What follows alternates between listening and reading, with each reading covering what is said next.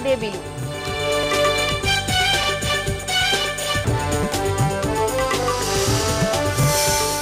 ధర్మానకు సహచర మంత్రుల బాసట.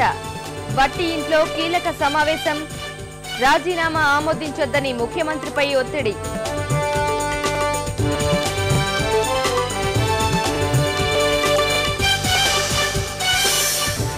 ఏఎఫ్ఆర్సీకి అఫిడవిట్ దాఖలుకు గడువు పూర్తి. ఫీజుల ఖరారుపై తొలగని సందిగ్ధం. నేడు మంత్రివర్గ ఉపసంఘం భేటీ.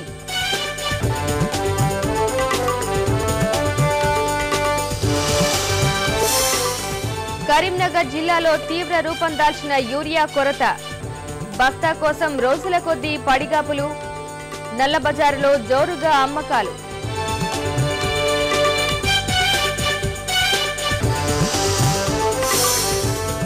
కరాటే కుంఫులో అదరగొడుతున్న హైదరాబాద్ బుడతడు. 7 ఏళ్లకే అంతర్జాతీయ ఖ్యాతి. లెక్కకు మిక్కిలి పురస్కారాలు.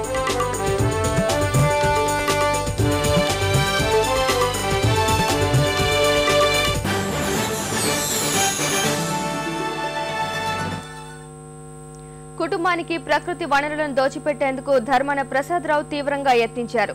రెవెన్యూ మంత్రిగా ఉన్న సమయంలో ఖరీదైన హెవీ మినరల్ బీచ్ శాండ్ ప్రాజెక్టును దక్కించుకునేందుకు పావులు కదిపారు. వైఎస్ తరహాలోనే ధర్మాన కూడా కుటుంబ సభ్యుల కంపెనీ ముసుగులో లావాదేవీలు నడిపినట్టు తెలుస్తోంది. గుట్టు చప్పుడు కాకుండా అధికారాన్ని అడ్డుపెట్టుకుని ప్రకృతి సంపదను దోచే వ్యూహం ఇది. సిబిఐ అభియోగ పత్రంలో వెల్లడైన వివరాలకు తోడు ఇతర అక్రమాలు కూడా ఒకదాని వెంట ఒకటి వెలుగు చూస్తున్నాయి.